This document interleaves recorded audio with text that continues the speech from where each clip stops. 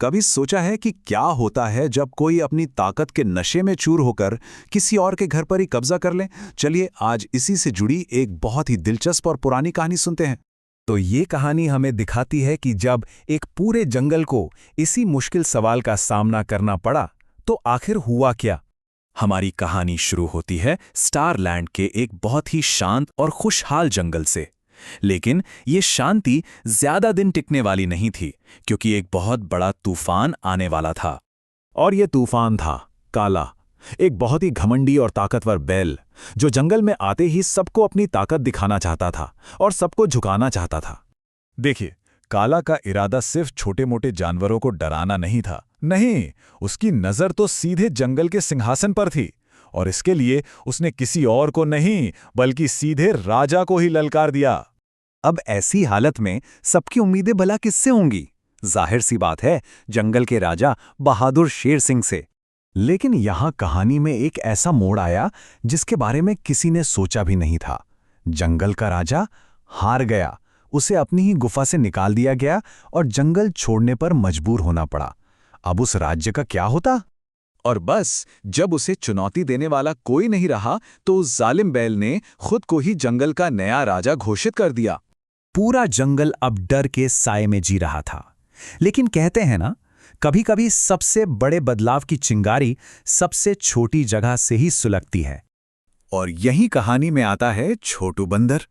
उसकी माँ बहुत बहुत बीमार थी और उसे बचाने वाली इकलौती दवा ठीक उसी जगह पर थी जहां जाने की हिम्मत कोई नहीं कर सकता था, यानी उस जालिम बैल की गुफा में। सोचिए, अपनी माँ के लिए छोटू हिम्मत करके उस बैल के पास गया, लेकिन उस क्रूर बैल ने दवा के बदले में एक ऐसी शर्त रख दी जो छोटू की जान भी ले सकती थी। किसी तरह छोटू उस रात जिंदा तो बच गया और दवा भी ले आया, लेकिन उस एक रात ने उसके अंदर बदले की आग जला दी थी। उसने ठान लिया कि इस जुल्म को अब खत्म करना ही होगा।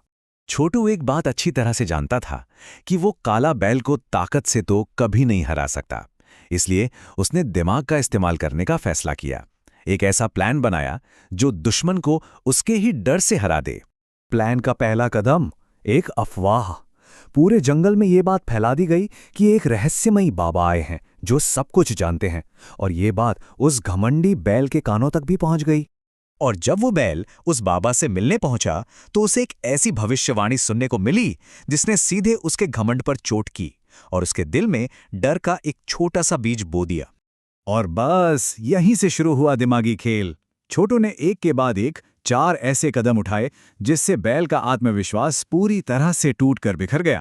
ये देखना वाकई कमाल है कि कैसे जो जानवर खुद को जंगल का राजा समझता था, वो अब हर आहट से डरने लगा था। उसका घमंड अब वहम और डर में बदल चुका था। वो डर से इतना टूट चुका था कि मदद के लिए भागकर उसी रहस्यमयी बाबा के पास वापस आया, ये जाने बिना कि वो दरअसल अपने ही बुने जाल में फंसता जा रहा है। जब दुश्मन दिमागी तौर पर पूरी तरह हार मान चुका हो तो जीत बस एक कदम दूर होती है। अब वक्त था प्लान के आखिरी हिस्से को अंजाम देने का। बाबा ने उसे बचने का एक रास्ता बताया। हर किसी से माफी मांगो और ये जंगल हमेशा के लिए छोड़कर चले जाओ। और अपनी जान बचाने के लिए उसने फौरन ये बात मान ली। इस तरह बिना किसी लड़ाई के उस जालिम ने खुद ही जंगल छोड़ दिया। और जब सब कुछ शांत हो गया तब राज खुला। ये सब एक टीम वर्क था।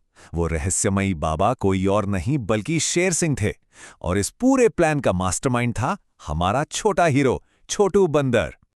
जरा सोचिए, एक भी मुक्का उठाए बिना, एक भी लड़ाई लड़े बिना छोटू बंदर ने पूरा का पूरा जंगल वापस जीत लिया था। और यही इस कहानी की सबसे बड़ी सीख है कि असली ताकत जिस्मानी ताकत में नहीं होती, बल्कि एक अच्छी और सोची समझी रणनीति में होती है। आखिर में उस जंगल को किसी बाहुबली ने नहीं, बल्कि एक शानदार दिमाग, हिम्मत और एकता ने बचाया था। तो ये कहानी हमें एक सवाल के साथ छोड़ जाती है कि असली शक्ति क्या है? क्या वो जो डराती है और कब्जा करती है, या वो जो मुश्किल हालात में भी रास्ता निकाल लेती है?